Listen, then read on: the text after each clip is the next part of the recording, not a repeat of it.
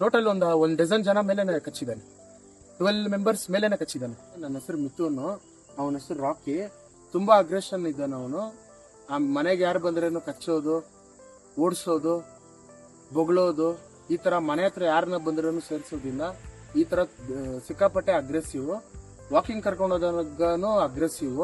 ಅಕ್ಕಪಕ್ಕದಲ್ಲಿ ಯಾರಾದ್ರೂ ಬಂದ್ರೆ ಅವ್ರನ್ನ ಎಗ್ರಿ ಕಚ್ಚೋದು, ಓಡಿಸ್ಬಿಡೋದು, ಈ ತರ ಮಾಡೋದು.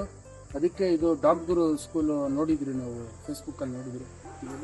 ಅದಕ್ಕೆ ಒಂದ್ಸತಿ ನೋಡೋಣ ಅಂತ ಹೇಳ್ಬಿಟ್ಟು ಕರ್ಕೊಂಡು ನಾವು ಮಿಥುನ್ ಅಂತ ಹೇಳ್ಬಿಟ್ಟು ರಾಕಿ ಓನರು.